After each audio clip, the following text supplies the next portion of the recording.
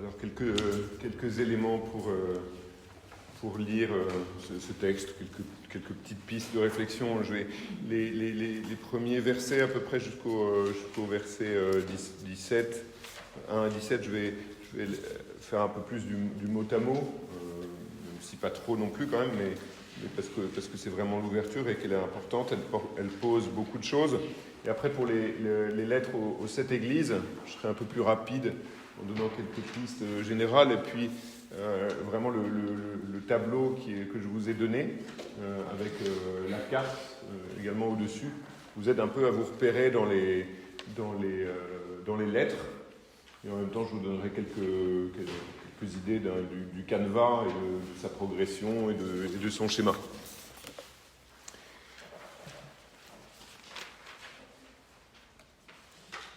Révélation de Jésus-Christ. Dieu la lui donna pour montrer à ses serviteurs ce qui doit arriver bientôt. Révélation de Jésus-Christ, c'est la traduction en français du mot apocalypse. Apocalypse, apo c'est provenant de, et kalyptein c'est cacher, voiler, couvrir. Donc l'apocalypse c'est le dévoilement. D'accord ? Si vous voulez avoir une image simple d'une apocalypse, vous figurez que vous êtes au théâtre, voilà, et puis vous avez un lever de rideau. Et bien, c'est une apocalypse. Ou alors, à une certaine époque, les jeunes épouses ont levé le voile sur leur visage pour une révélation sans doute heureuse au moment de leur mariage. C'était une apocalypse. Donc c'est vraiment ça le sens de Jésus-Christ.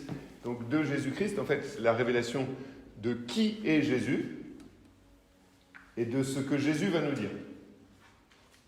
D'accord ? Et Jésus, à la fois qui va être donné, révélé comme sauveur et comme salut. D'accord ? C'est la révélation qui nous concerne et c'est la révélation qu'il nous fait. Et elle a été donnée par son Dieu pour que Jésus la donne à ses serviteurs, c'est-à-dire à nous. Mais c'est assez intéressant de voir qu'en fait, il y a une espèce de cascade dans le livre de l'Apocalypse. C'est Dieu qui donne cette révélation à Jésus, Jésus qui la donne par Jean par un ange à Jean à nous, et enfin à ses serviteurs. Et ses serviteurs, c'est d'abord les destinataires de sa lettre, puis ensuite c'est nous, par extension. Dans l'Écriture, il y a toujours 2 destinataires. Il y a ce qu'on appelle un destinataire explicite, c'est-à-dire que l'auteur, il a en vue des gens à qui il écrit dans une situation donnée. Et puis il y a des destinataires implicites, c'est nous, parce qu'en fait, la lettre ne va pas être que lue par ceux à qui elle était premièrement destinée, mais elle va être lue par tous ceux qui devenus disciples ou qui vont la lire parce qu'elle est tombée entre leurs mains. D'accord ?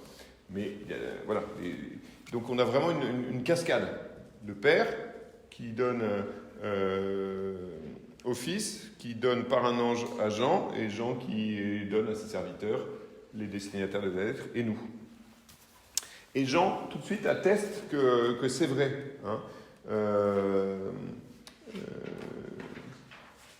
Lequel a attesté, c'est au verset 2, lequel Jean a attesté la parole de Dieu et le témoignage de Jésus-Christ. Voilà. Tout de suite, on nous dit, cette parole, cette révélation, elle est vraie. Donc le texte, tout de suite, nous met en demeure, d'une certaine manière, de nous positionner. Est-ce que tu fais confiance ? Est-ce que tu rentres dans le contrat de confiance, où on te dit que cette parole, elle est attestée ? Ou est-ce que tu vas tout de suite te situer dans une méfiance, dans un esprit critique, etc. Mais vous voyez, on nous engage déjà en nous disant que non, cette parole, elle est vraie, elle est attestée. Jean atteste de la vérité du témoignage de Jésus et de la parole de Dieu. De toutes ces visions qui vont nous être décrites. Donc, on a à se positionner. Et avec un encouragement immédiat pour qu'on se positionne, parce qu'on nous dit, heureux, C'est ce qu'on a vu au début. Heureux celui qui lit et ceux qui écoutent. Donc en fait, on fait confiance parce qu'il y a une promesse, il y a une béatitude, il y a quelque chose qui est accordé à celui qui lit et à ceux qui écoutent ce que nous avons fait pendant les premières 40 minutes de cette séance. Donc voilà, donc on rentre, nous, dans cette béatitude qui, une fois de plus, c'est courant dans l'Écriture. Vous l'avez chez saint Matthieu, il ne suffit pas d'écouter, mais il faut garder. Heureux ceux qui écoutent la parole et qui la gardent. D'accord ? C'est vraiment un refrain biblique. Garder les commandements. C'est vraiment déjà dans l'Ancien Testament, Jésus le dira aussi, garder ses commandements, etc. Donc il ne suffit pas d'écouter, il s'agit de garder et en gardant d'appliquer.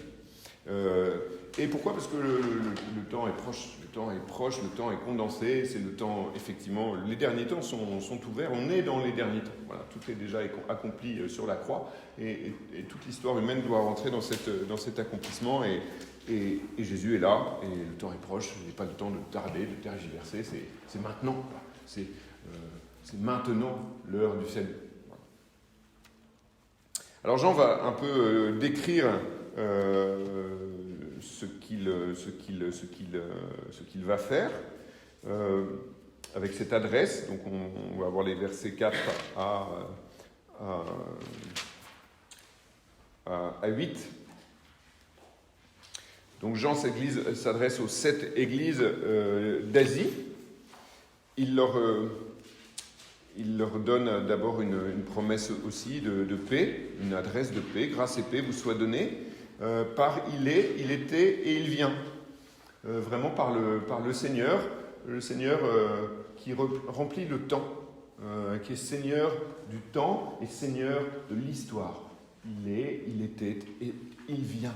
Voilà, il est celui qui transcende le temps, et par les 7 esprits présents devant son trône, et par Jésus-Christ.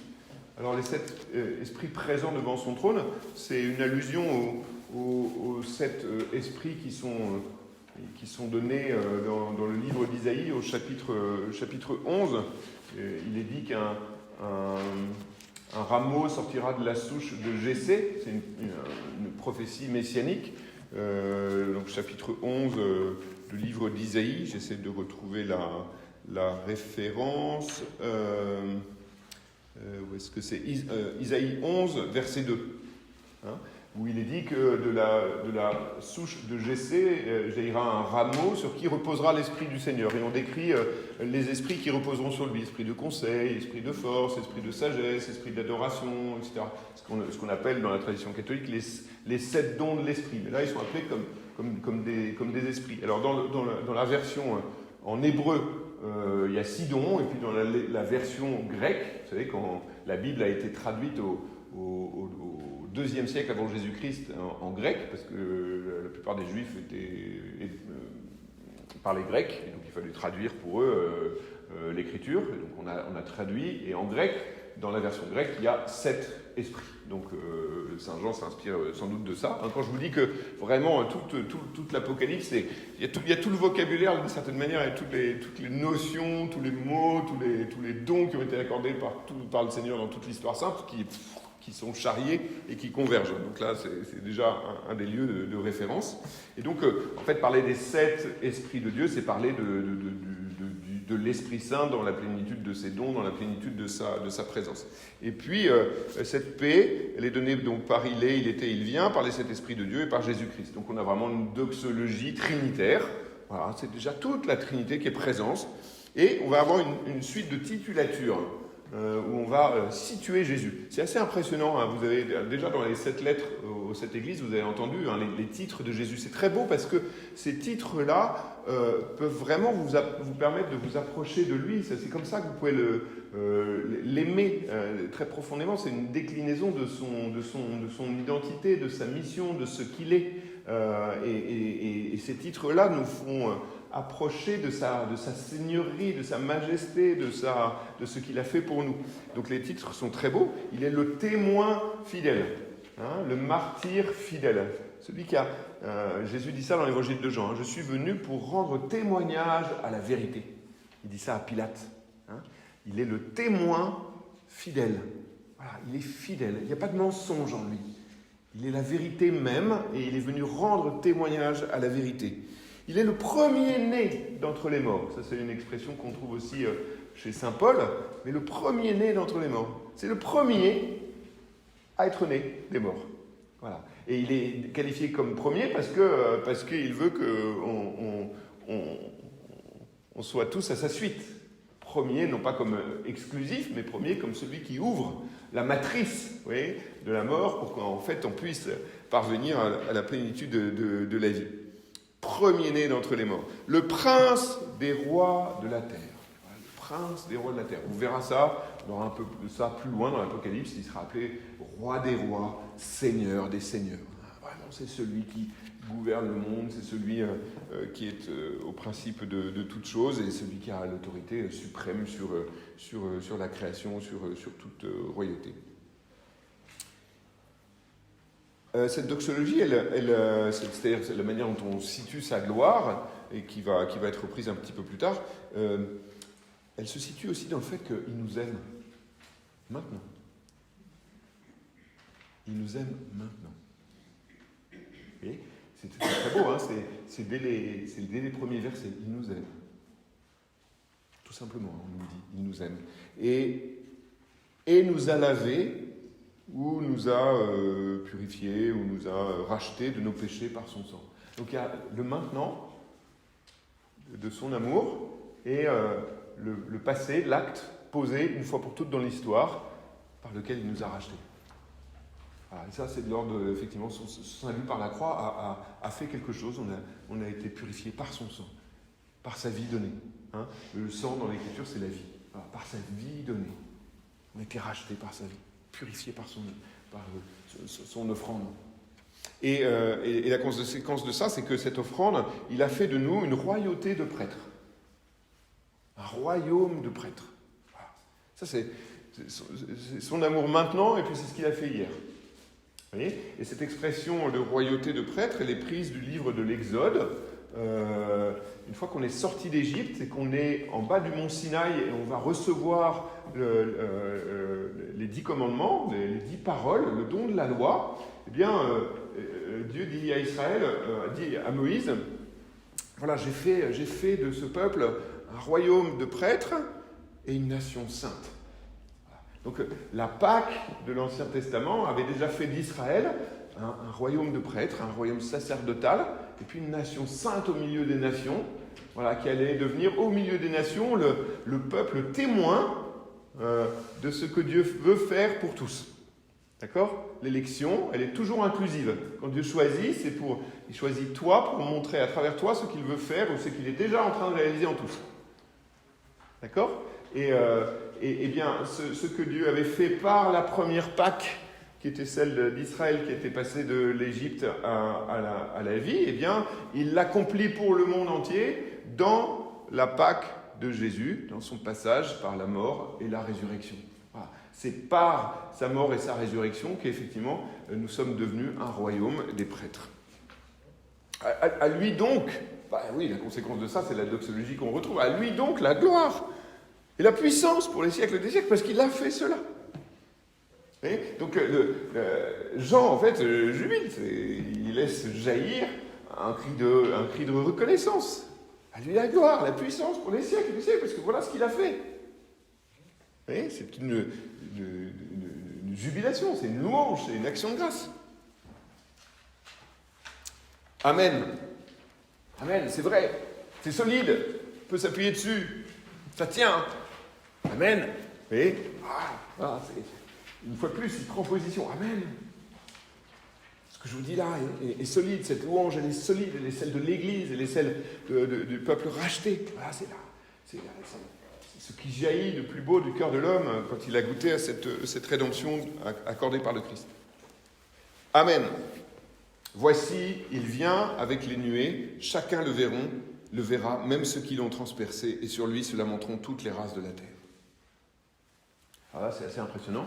On a là aussi un condensé.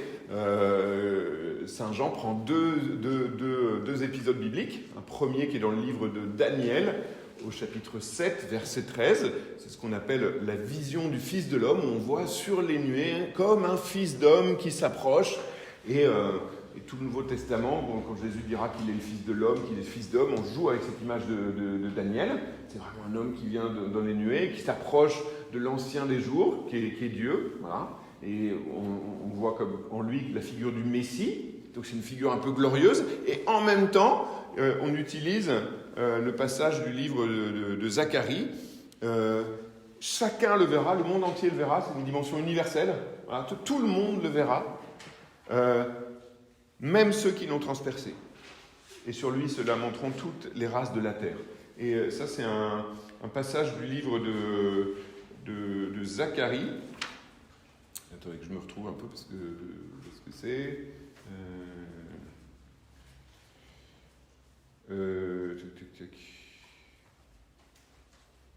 Oui, Zacharie 12, 10, si vous voulez aller voir. Voilà. Où Dieu parle et dit ils me regarderont, moi qu'ils ont transpercé, et ils se lamenteront sur moi. Étonnant, hein, prophétie, hein, prophétie inouïe en Zacharie. Ils me regarderont, moi qu'ils ont transpercé. Voilà. Et là, c'est appliqué à Jésus. Et tous le reconnaîtront, tous verront le transpercé. Un jour, on sera tous conduits au pied de celui qui a été transpercé. Alors, pour voir que c'est lui qui a obtenu le salut du monde entier, par sa passion d'amour. Voilà. Et sur lui se lamenteront, pleureront toutes les races de la terre, parce qu'en fait, il y a toujours un moment, quand on a vraiment vu son péché, il y a un moment où on en pleure. Et avoir crucifié l'innocent nous arrache des larmes de repentir. Et vous verrez que c'est souvent un des refrains de nous conduire à un repentir sincère, le don des larmes. Vous voyez, le don des larmes qui fait que le cœur de pierre se transforme en cœur de chair. Parce qu'en fait, on est blessé de l'amour dont on a blessé l'amour. Et on est meurtri de ça. Oui, Amen, dit le Seigneur, je suis l'alpha et l'oméga, dit le Seigneur Dieu, il était, il vient, j'insiste pas trop. Jean va maintenant donner un peu la vision, quelques détails de la vision qu'il va faire. Moi, Jean, votre frère et compagnon dans l'épreuve, la royauté et la constance. Voilà, il partage ça avec nous. Vous voyez, et il écrit de Patmos, et effectivement, visiblement, il est en exil. Il écrit de Patmos, il est à Patmos à cause de la parole de Dieu et du témoignage de Jésus. Donc, visiblement, il a été exilé. Et donc, en fait, ça veut dire qu'il partage l'épreuve, il partage l'endurance, et il partage la royauté aussi. Parce qu'au cœur de l'épreuve, il fait l'expérience qu'il a une force qui est celle de Jésus, qui fait qu'en fait, il tient. Il tient dans la fidélité. L'épreuve ne le fait pas tout lâcher, et l'épreuve le renforce dans sa joie d'être à Jésus. Voilà, et il parle, il écrit aux lettres en disant je suis votre compagnon là-dedans. Cette expérience, je la connais. Donc l'expérience, quand parfois on éprouve le prix à payer de notre fidélité à Jésus, Jean la connaît. Et il peut parler parce qu'il parle à partir de l'expérience vécue dans sa chair, de ce que ça représente. Le coût de cette fidélité. Il l'a vécu dans sa propre chair. Je me trouvais dans l'île de Patmos à cause de la parole de Dieu et du témoignage de Jésus, et je tombais en extase le jour du Seigneur. Où je tombais, je fus ravi, je fus saisi par l'Esprit Saint, en fait. C'est pas vraiment en extase. Enfin, ça peut être une extase, mais le terme grec, c'est vraiment je suis pris par l'Esprit. L'Esprit qui est introduit dans la vérité tout entière, comme disait Jésus dans l'évangile de Jean. L'Esprit Saint vous sera donné, il vous introduira dans la vérité tout entière. Et cette vérité, une fois de plus, elle n'est pas que conceptuelle, elle est existentielle. Et Jean est pris dans cette vérité existentielle de la royauté du Seigneur, de sa victoire sur la mort. Voilà. Et c'est le jour du Seigneur, le dimanche. Étonnant quand même, vous voyez, c'est le dimanche, le jour du Seigneur, le jour où on célèbre la résurrection. C'est le jour où l'Église rassemblée célèbre la résurrection de son Seigneur. Ce jour-là, que ce Seigneur se manifeste à lui. Voyez. Et j'entendis derrière moi une voix clamer comme une trompette, ce que tu vois, écris-le dans un livre pour l'envoyer aux 7 églises. J'entendis derrière moi une voix clamer comme une trompette. On aura beaucoup le mot comme. Vous voyez, parce qu'on est, c'est comme vous vous souvenez au baptême, l'Esprit Saint descendit sur Jésus comme une colombe. C'est pas un pigeon qui descend sur Jésus. Vous voyez, c'est comme, c'est des images. Ça ressemble, mais c'est pas exactement ça. Parce que on est dans l'ordre de l'ineffable. On est dans l'ordre du mystère. On est dans l'ordre de Dieu. Alors à la fois on dit quelque chose de juste, ça ressemble à des trompettes, mais c'est pas des trompettes. Hein, on entendra comme la voix, comme les eaux profondes, comme les eaux profondes. Les images sont tout le temps, vous voyez, mais utilisées comme images. Une voix clamée comme une trompette, voilà. Ce que tu vois, écris-le dans un livre pour l'envoyer aux 7 églises, Éphèse, Smyrne, Pergame, etc. Donc vous avez une petite carte, simple, qui vous permet juste de situer Patmos qui est en face, donc on est en Asie mineure, et puis ces villes à qui Jean. Alors on ne sait pas très bien, juste j'ai oublié de dire ça, on ne sait pas très bien qui est Jean. Est-ce que c'est Jean l'évangéliste ou est-ce que c'est un autre Jean? A priori, c'est pas Jean l'évangéliste. A priori, on est dans un cercle qu'on peut appeler johannique. D'accord ? Il y a beaucoup, je ne vais pas rentrer dans le détail, ce serait trop fastidieux. Il y a à la fois des éléments qui font croire que ce n'est pas possible que ce soit le même auteur que l'évangéliste et que l'auteur des épîtres de Jean, parce qu'il y a trop de différences syntaxiques, l'utilisation des adverbes, des adjectifs, etc. Ce n'est pas possible qu'un même auteur utilise des outils si différents dans sa langue à quelques années de distance. C'est complètement improbable. Et en même temps, il y a des thématiques qui sont tellement proches qu'on est dans un milieu où Jean, l'auteur de l'évangile, est en lien, est en rapport. Enfin, voilà, on est dans une école, dans un cercle qui y ressemble. D'accord ? Voilà, et donc Jean, ou cet auteur, dont on ne sait pas très bien qui il est, et sans doute pas l'évangéliste, certainement pas même, écrit à toutes ces églises que vous avez là, et qui sont effectivement dans l'actuelle Turquie. Donc là, il reçoit mission d'écrire aux églises, et je me retournais pour regarder la voix, qui me parlait, c'est beau, hein. Je me retournais pour regarder la voix. C'est-à-dire, en fait, dans la voix, il y a quelque chose d'un excès de la voix qui est la personne mystérieuse qui parle. Et m'étant retourné, j'ai vu 7 candélabres d'or. Je ne donne pas l'explication des candélabres parce que le texte la donne lui-même. Les candélabres, ce sont les 7 églises. C'est assez beau, hein, c'est un symbole. Ça veut dire qu'en fait, ayant reçu la lumière qu'est Jésus, les églises sont appelées à être lumière pour le monde. Vous êtes la lumière du monde. D'accord ? Donc, les églises sont des candélabres. Et Jésus marche au milieu d'elles, et au milieu des candélabres, comme un fils d'homme. Donc, on retrouve le fils d'homme de Daniel. Je m'arrête sur certaines choses. Bon, il est habillé comme un roi ou comme un prêtre. Les cheveux blancs comme de la laine blanche, c'est un attribut de l'éternité de Dieu, comme de la neige. Bon. Ses yeux sont comme une flamme ardente. Voilà, ses yeux, en fait, il voit et son regard nous fait voir aussi. Son regard réchauffe et fait voir. D'accord ? Jésus voit et il nous fait voir. On voit à travers les yeux du Christ. Ils éclairent. C'est pour ça qu'ils sont comme une flamme ardente. Et ils réchauffent. Le regard du Christ sur nous réchauffe. Ah, on est brûlé de l'amour que Jésus nous porte très profondément. Elles sont comme une flamme ardente. Ses pieds, pareil, à de l'airain précieux. Voilà, ça veut dire qu'il y a une solidité de sa stature. Vous voyez, c'est un peu une image qui vient en contrebalancer. Peut-être que vous vous souvenez de ça. Dans le livre de Daniel, il y a un homme, Nabuchodonosor a une vision d'une statue d'or aux pieds d'argile.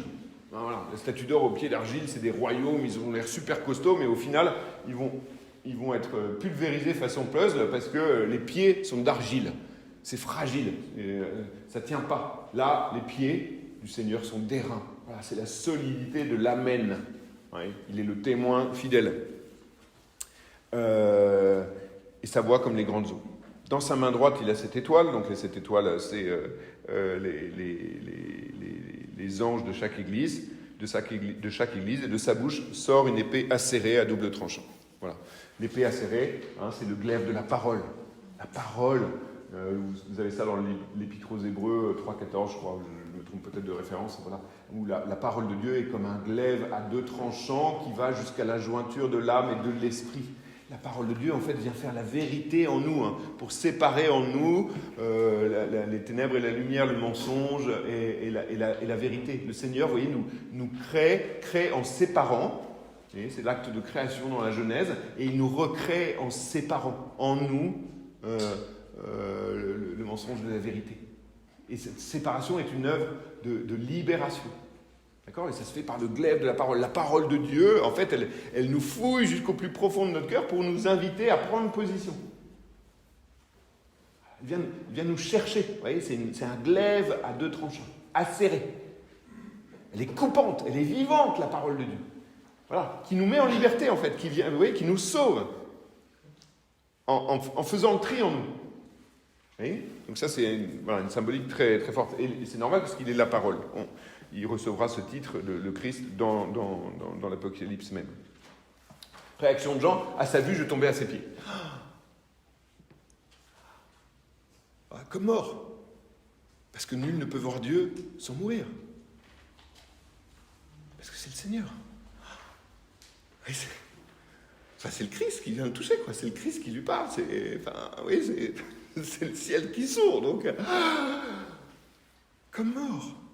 Et avec cette miséricorde inouïe du Seigneur qui s'avance, qui pose sur lui sa main droite en disant « Ne crains pas, je suis le premier et le dernier ». Donc il y avait déjà le Père qui avait dit « Je suis l'alpha et l'oméga ». Là, Jésus dit d'une autre manière, mais c'est la même sémantique d'une certaine manière. Je suis le premier et le dernier, le vivant. Alors cette phrase extraordinaire. J'étais mort et me voici vivant pour les siècles. Un homme prononce cette parole pour qu'un jour, chacun d'entre nous puisse la prononcer. Un jour, chacun d'entre nous, en lui, sera appelé à dire « J'étais mort et me voici vivant pour les siècles ». Mais il n'y a que celui qui est passé par la mort pour rentrer dans la résurrection qui peut dire ça en vérité. Vous voyez ? Et il le dit pour qu'un jour on puisse le dire en lui.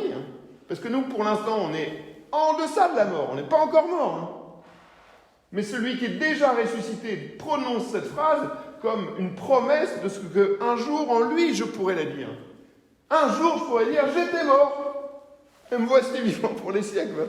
C'est juste inouï, quoi. Je ne sais pas si vous mesurez la puissance de ces paroles. Je pense que je veux l'aveu pour mon enterrement. Mais attendez, c'est toute l'espérance, ça. J'étais mort et me voici vivant pour les siècles. Voilà. Détenant la clé de la mort et de l'Hadès. Voilà, j'ai la clé. C'est moi qui ouvre. C'est moi qui ouvre les tombeaux. C'est moi, Jésus, ressuscité d'entre les morts, qui ouvre les tombeaux. Pour conduire à Dieu. C'est moi la clé. J'ai la clé et je suis la clé. D'accord ? Voilà. Écris donc ce que tu as vu, le présent et ce qui doit arriver plus tard. Voilà. Donc c'est ça qu'on va voir, dans tout le livre de l'Apocalypse. Et en particulier aussi dans les 7 églises. Alors je vous fais en 10 minutes les 7 églises. Mais parce que vous pourrez réexplorer, vous inquiétez pas. C'est un livre, il faut revenir. Voilà, très, très, très simplement. Ça fait 2 mois, je l'écoute en podcast en couchant, je l'écoute dans la voiture, je dors avec. J'ai un manga, un super manga, je ne sais plus comment il s'appelle, je vous l'amènerai dans les livres. Un super manga, c'est vachement bien fait. Voilà, je mange avec et tout. Donc on y revient, mais je vous promets, c'est un délice. C'est un jardin de délices. C'est savoureux au possible. Voilà. Donc c'est pas grave si on dit pas tout. Juste sur les 7 églises, sur cette lettre aux 7 églises, quelques petites données. Le tableau est bien fait. Voilà. Parce que il vous permet de repérer la trame. voilà, qui est commune, vraiment, avec l'adresse, les titres du Christ, le jugement qui est adressé à chaque église. Jugement dans le sens, voilà, je vois ce qu'il y a de bien, je pose un jugement, quoi. C'est-à-dire, je vois ce qu'il y a de bien, et je te dis aussi les points qui pêchent, l'appel à la conversion ou à la fidélité, le rappel à l'écoute, parce que on est toujours dans le mystère de l'Alliance. Écoute Israël, voilà, hein, écoute, et puis la promesse. Alors, juste pour quelques petites données, pour pas trop être long, ces lettres, elles sont à la fois singulières, adressées à chaque église, et puis en même temps, elles sont adressées à toutes, puisque vous voyez bien que la mention de celui qui écoute, comment est-ce que c'est dit, celui qui a des oreilles qui l'entendent, ce que l'Esprit dit aux églises. D'accord? Donc c'est pas ce que l'Esprit dit à l'Église de Thyatire, de Smyrne, machin, mais ce que l'Église dit et ce que l'Esprit dit à l'ensemble des églises. Donc elles sont à la fois adressées de manière tout à fait visiblement singulière. On est capable de faire un petit scanner de l'état spirituel de chacun, de chaque communauté, et en même temps, je vois ça concerne tout le monde parce que ce qui débloque chez l'un, en fait, ça peut quand même aussi un peu concerner les autres. Vous voyez, si je peux me permettre, si vous ne savez pas quel texte biblique prendre pour le temps de carême, et pour les conversions, c'est un bon... Là, vous faites un bon petit scanner, un petit IRM spirituel qui est pas mal, ça vous permet de... Ah tiens, voilà où j'en suis. Donc Jean a reçu l'ordre d'écrire au verset 19 ce qu'il a vu, et le présent, ce qui est maintenant. Donc c'est vraiment, en fait, voilà là où on en est. Vous êtes là, vous voyez, comme sur les abribus, là, ou machin. Vous êtes ici. C'est ça le maintenant. C'est ça le problème, en fait. C'est ça le point fort, et c'est ça le problème. Alors, les églises, elles sont confrontées un peu, en gros, à deux problèmes que je schématise. C'est que dans cet Asie mineur, là, on peut voir avec le texte qu'il y a deux principales difficultés auxquelles les églises sont confrontées. D'abord, on est dans un milieu païen. Donc, on est des petites églises, naissantes, nouvelles communautés, etc., dans un milieu païen, et donc avec le culte impérial. D'accord, on est à peu près sans doute à l'époque de Domitien, donc on est à la fin du 1er siècle, et avec le culte royal et la religion païenne. Donc on est au milieu des païens. Il y a des temples impériaux dans 6 des 7 villes à qui Jean s'adresse. Alors, Domitien ne voulait pas se faire passer comme Dieu, il savait qu'il n'était pas Dieu, mais il ne rechignait pas à tous les honneurs un peu divins qu'on pouvait lui attribuer, parce que ça lui permettait, en Asie mineure, de pas mal asseoir son pouvoir, visiblement. Ça lui donnait une assise. Alors, on est empereur, on a l'autorité politique, mais en même temps, elle est nimbée d'une aura religieuse, et on se sert du paganisme et des dieux païens pour dire, en fait, mon autorité vient de Dieu. Vous voyez ce que je veux dire? Donc là, ça vous pose un homme, ça vous pose un empereur. Et donc, on sait que l'Église est confrontée à cette question de la relation avec les païens, avec le culte impérial, à cause de mots que vous avez entendus, les Nicolaïtes. Alors, Saint Jean fait le reproche, j'ai contre toi que tu as laissé les Nicolaïtes et leur thèse rentrer chez toi. En fait, c'est-à-dire que vous avez des gens dans la communauté, visiblement, qui à la fois ils sont au Christ, mais ils sont aussi un tout petit peu à l'empereur. Ils fricotent un petit peu des deux, quoi. Donc ils n'ont pas vraiment choisi. À la fois ils sont dans le Christ, et puis en même temps, si on va manger des viandes offertes aux idoles des païens, ou si on va rendre un petit culte comme ça, l'air de rien, à l'empereur, ça gêne pas en fait. Vous voyez, on compose, quoi. Et les gens disent, attendez, non, ça marche pas. Parce que on est chrétien, mais on vient d'Israël, donc tu n'auras pas d'autre Dieu en fait. Il n'y a qu'un seul Dieu. Tu ne vas pas te mettre à fricoter avec les idoles et à rentrer dans ce genre de cirque. Voilà. Donc là, tu choisis quoi. Soit Dieu, soit... Voilà. Pas de compromission, vous voyez. Et c'est un peu la mention de Jézabel aussi, etc. Et de Balaam. Et puis, il y a une autre réalité à laquelle ces églises sont confrontées, visiblement, c'est que les communautés juives, elles sont installées depuis beaucoup plus longtemps dans cette région-là que les communautés chrétiennes, qui sont des nouvelles arrivantes, et qui sont des communautés chrétiennes qui ne se détachent pas encore complètement du judaïsme. Mais les communautés juives qui sont là, elles sont bien en place, elles occupent des fonctions administratives, politiques, commerciales, etc. Machin.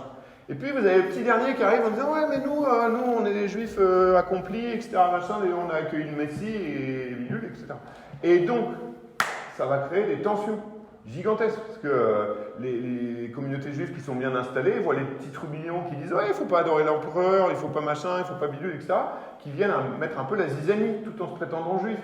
Donc les juifs se disent « Attends, je ne les connais pas, eux. C'est qui ces gus là ?» Puis en plus, ils adorent un Christ, machin, enfin on ne sait pas qui c'est, etc. Donc tension. Donc ces communautés juives, on va avoir tendance à les appeler synagogues de Satan.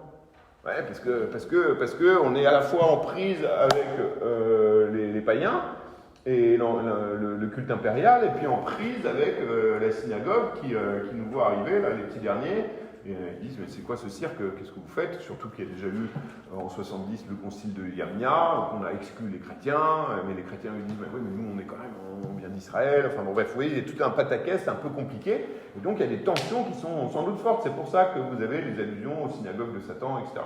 D'accord? Et avec l'appel, là aussi, une fois de plus, à tenir ou à ne pas composer. Alors, donc ça c'est les deux contextes qui sont importants. Donc, après vous voyez l'architecture sur laquelle vous pouvez revenir en passant du temps avec ces textes parce que c'est très beau et que ça peut vraiment vous aider pendant le temps du carême. N'hésitez pas, c'est magnifique. Donc avec l'adresse, les titres du Christ, une fois de plus, on reprend d'une certaine manière et on étend ces titulatures. Moi, je vous invite vraiment, dans le livre de l'Apocalypse, à voir comment Jésus est appelé.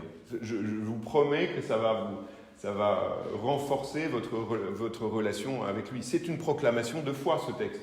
C'est une révélation de l'identité de Jésus. Vous allez l'aimer comme voilà, sous tous les jours sous lesquels il est présenté. Le jugement positif, négatif, etc., l'appel à la conversion pour fidélité, l'appel à l'écoute et les promesses. Voilà. Par rapport à ces lettres, on peut dire deux choses. D'abord, il y a une structure un peu en chandelier. C'est 7 lettres. Hein. Donc, vous verrez, il y a beaucoup des septénaires dans le livre de l'Apocalypse. On a beaucoup de septénaires. On va beaucoup avoir de choses où c'est par 7. Les 7 sceaux, les 7 trompettes, les 7 fléaux, voilà, les 7 diadèmes sur la bête aux 7 têtes, etc. Bon, bref. Et c'est un peu fait comme un chandelier. Les lettres impaires 1, 3, 5, 7 sont vraiment des lettres où Saint Jean voit ce qu'il y a de beau et en même temps il y a des points de faiblesse assez costauds et des appels à la conversion. Repens-toi. Repens-toi. Et les lettres 2, 4, 6, il y a plus des encouragements à la fidélité. Sauf pour la 4. La 4, vous voyez, c'est comme un chandelier. Donc la 4, elle est vraiment au milieu, elle est c'est étonnante. Elle est construite un peu différemment. Elle est plus longue, il y a 12 versets, là où les autres en ont beaucoup moins. On fait un reproche à la communauté parce qu'il y a Jézabel. Jézabel qui visiblement conduit vers un culte idolâtrique, qui se fait passer pour une prophétesse, etc. Machin, mais on ne demande pas à la communauté de se repentir. Et même, c'est l'église de Thyatire, on la loue pour ses œuvres, pour son amour, pour son espérance, pour sa foi, donc des œuvres assez fondamentales. Mais il y a un problème, il y a Jézabel, mais voilà, en fait, c'est à Jézabel qu'on demande de se repentir, et pas à la communauté, comme si elle n'était pas complètement contaminée par le fait qu'elle ait accepté Jézabel en son sein. D'accord ? Et donc, elle, on l'encourage plus à la fidélité. Vous voyez ce que je veux dire ? Mais du coup, là, vous avez un peu deux tonalités. Soit l'appel à la conversion, soit l'appel à la fidélité. Et avec effectivement cette place de Thyatire qui est un peu au milieu du chandelier, celle qui est au cœur du dispositif, à laquelle on va consacrer un peu plus de temps. Et son diagnostic, visiblement, et ce qu'elle va vivre, ça concernera toutes les églises. À un moment, il y a cette mention un peu plus que pour les autres. Ce que je vais faire à Jézabel, ça sera un exemple pour toutes les églises. Voilà. Donc il y a une dimension exemplaire à Thyatire qui est un peu plus forte que pour les autres. Et en même temps, il y a un peu aussi une progression dans la gravité des péchés. Laodicée, par exemple, c'est bien vu montré dans votre tableau, au moment du jugement, il n'y a que des défauts. Hein. Il n'y a rien pour te sauver. Hein. Toi, ma chérie, voilà. Alors, t'es ni chaud ni froid, t'es tiède. Alors là, je te vomis. D'accord? Je te vomis. Et alors, ressaisis-toi, parce qu'il n'y a rien qui va.